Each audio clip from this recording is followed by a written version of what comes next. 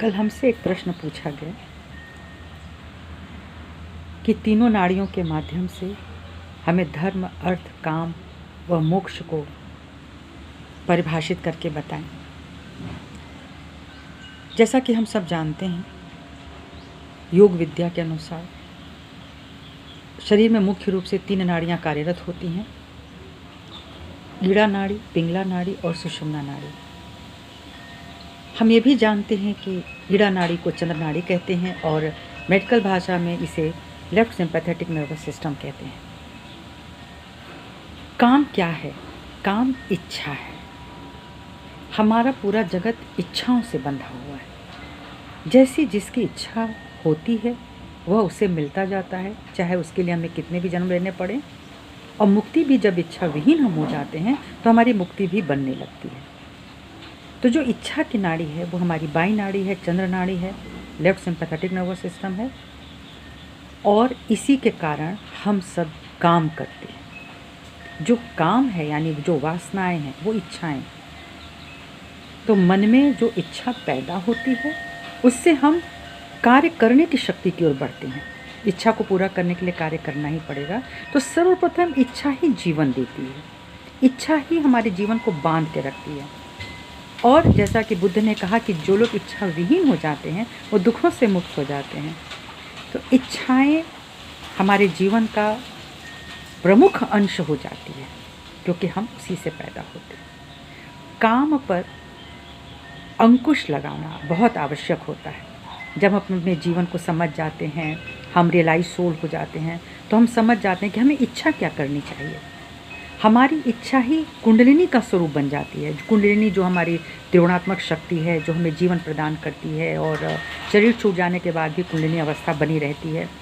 कहने का अर्थ है कि यह जो इच्छाएं हैं वह एक ही जन्म में रहते रहते अगर वो तृप्त हम उन्हें कर लें, और जो इच्छाएं हमारी तृप्त नहीं हो सकती हैं उन्हें ईश्वर की चेतना मान के स्वीकार कर लें, ईश्वरी इच्छा मान के स्वीकार कर लें, तो हम आनंद में चले जाते हैं। क्योंकि इसी नाड़ी पर आत्मा का वास है। हमारी चंद्र नाड़ी पर ही आत्मा का वास है। वहीं शिवानंद है। हमें शिवानंद तभी मिलता है जब हम काम से दूर होने लगते हैं, किसी भी वासना से दूर होने लगते हैं। और आप जानते हैं कि शिव जी ने जीतकामी हैं और उन्होंने ही, वो जितेंद्रियां हैं और उन्होंने इसको जीत लिया था। समस्त प्रकार की इच्छाओं को जो जीत लेता है वह शिव एक शव के समान बना रह जाता है। आदि शक्ति आती हैं और उन इच्छाओं को पूर्ति करने के लिए वो मनुष्य में उतरती हैं। तो ये है आपकी बाई नाड़ी, जिसको हम कहते हैं काम, जीवन का पहला लक्षण। उसके बाद आते हैं हम पिंगला नाड़ी पे। पिंगला नाड़ी that is called right sympathetic nervous system. यह सूर्य नाड़ी है और हम सभी जानते हैं कि सूर्य नाड़ी शक्ति से ही हम लोग दुनिया में कोई भी कार्य करते हैं। यानी फिजिकली, जो मेंटली जो कार्य किया जाता है वह पिंगला नाड़ी से किया जाता है। तो अब आप जैसी मति रखेंगे वैसी ही तो गति होगी। अगर मति में मेरी ढेरों इच्छाएं हैं तो गति भी हमारी वैसी ही बनेगी। शराब पीने की इच्छा है तो हम शराब पिएंगे, जा कर के हम मैखाने जाएंगे। यदि हमारी भगवत कृपा की इच्छा है हमारे भीतर तो हम मंदिरों में जाएंगे, चाहे हम धर्म की पुस्तक पढ़ेंगे, अपने जीवन को धार्मिक बनाएंगे।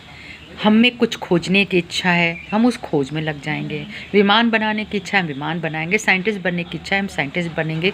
माने हम जो भी इच्छा होगी हम उसके अनुरूप कर्म करते हैं। भगवान श्री कृष्ण कहते हैं कि कर्म को अकर्म न बना दो। कैसे बनेगा? अब हम चोरी कर लें और उसको कह दें कि वो अकर्मण्य हो जाए, तो ऐसी बात नहीं है। जब मति आपकी सुंदर होती है तो गति सुंदर बनने लगती है। यानी आपका विवेक बाई नाड़ी से ही शुरू होता है और दाई नाड़ी पे गिरता है। दाई नाड़ी महासरस्वती की कृपा है आपके शरीर के भीतर और वह आपसे कार्य सिद्ध कराती हैं। लेकिन उन्हें भी पता होना चाहिए कि आप करना क्या चाहते हैं, क्योंकि आप मनुष्य हैं, आप ऐच्छिक प्राणी हैं। आपकी इच्छाएं चलती हैं और पूरी होती हैं कि नहीं होती हैं यह ईश्वरी कृपा पर निर्भर होता है। इसलिए पिंगला नाड़ी को हम कहते हैं अर्थ की नाड़ी। जो अर्थ है जिससे हम कुछ कमा सकते हैं, जिससे हम कुछ अर्जित कर पा रहे हैं, वही अर्थ है। वो रुपया पैसा भी है, वह नाम भी है, जो शोहरत है, जो सत्ता है, कुछ भी आप कह लें, जो आपकी प्राप्ति है वह अर्थ है। तो इस अर्थ को हमको कैसे बना के रखना है, हमारे जीवन का क्या अर्थ होना चाहिए? सिर्फ रुपया पैसा, घर द्वार, नाम शोहरत, या वह सुकून, वह समृद्धि, आंतरिक विधा, अंतर्दृष्टि, अंतर्चक्षु, उसमें उतरते जाना, यह भी कर्म है। तो कौन सा कर्म हमें लेना है, वही हमारा अर्थ बन जाता है। अब हम आते हैं धर्म की नाड़ी पे। धर्म जो है वो सुषुम्ना नाड़ी पर होती है, और सबको पता है कि हमारे नाभि चक्र में धर्म अवस्थित होती है, और यह 10 दिशाओं से प्रसारित होती हैं। इसलिए इसको 10 कमांडमेंट्स कहते हैं, 10 धर्मादेश कहते हैं।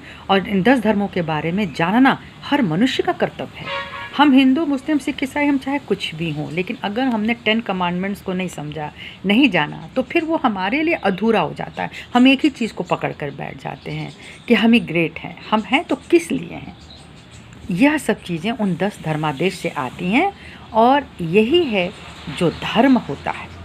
धर्म जागृत होना चाहिए, और जब तक यह धर्म जागृत नहीं होता, जिसमें क्षमा है, जिसमें बुद्धि रूपेण संस्थिता है, शांति रूपेण संस्थिता है, या देवी सर्वभूतेषु, सब कुछ जो हमारे भीतर स्थित किया गया है, इस भूत में, पंच महाभूत में जो स्थित है, उसको समझना बहुत ज़रूरी है। तो जब हम इसको जान जाते हैं तो हमारी अंतर्चेतना जाग जाती है। फिर हमें किसी की वाणी को सुनने के लिए ललायत नहीं रहना है। हमें मंदिरों मस्जिदों एकदम जाने की मतलब एक जो लालसा होती है कि हम नहीं जाएंगे तो मेरा बिगड़ जाएगा काम, ऐसी बात नहीं है। आप बैठ जाते हैं, आप स्थिर हो जाते हैं, आप ही के भीतर सभी गुरुत्व जग जाता है, आप ही के भीतर नानक आ जाते हैं, आप ही के भीतर श्री राम श्री कृष्ण पैदा हो जाते हैं। चेतना है, आपके माध्यम से आ जाते हैं। आप में शिव हैं, आप क्या नहीं है। तो इस तरह से आपके जो षटचक्र हैं उसमें वो सारे देवी देवताओं के ही तो गुण भरे हुए हैं, उन्हीं से तो वो चालित हैं, वो दिखते नहीं हैं। यही धर्म है।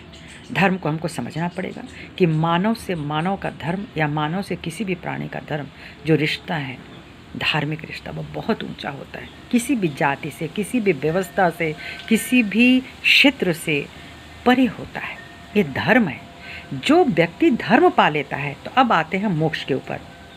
ठीक है, इच्छा, जो काम, अर्थ और जो धर्म है, जब ये तीनों आकर के हमारे आज्ञा पे आ जाते हैं, ये नाड़ी हम सब जानते हैं, बाईं नाड़ी जो दाहिनी ओर को जाती है, दाहिनी नाड़ी जो बाईं ओर को चली जाती है, यह हमारे धर्म नाड़ी पर आकर जो मध्य में आके मिल जाती है धर्म से, वहाँ एक क्षमा है, क्षमा की स्थिति है, निर्लिप्तता की स्थिति है, निर्विकारिता में रहने की स्थिति है, निर्विचारिता में बनने की स्थिति है।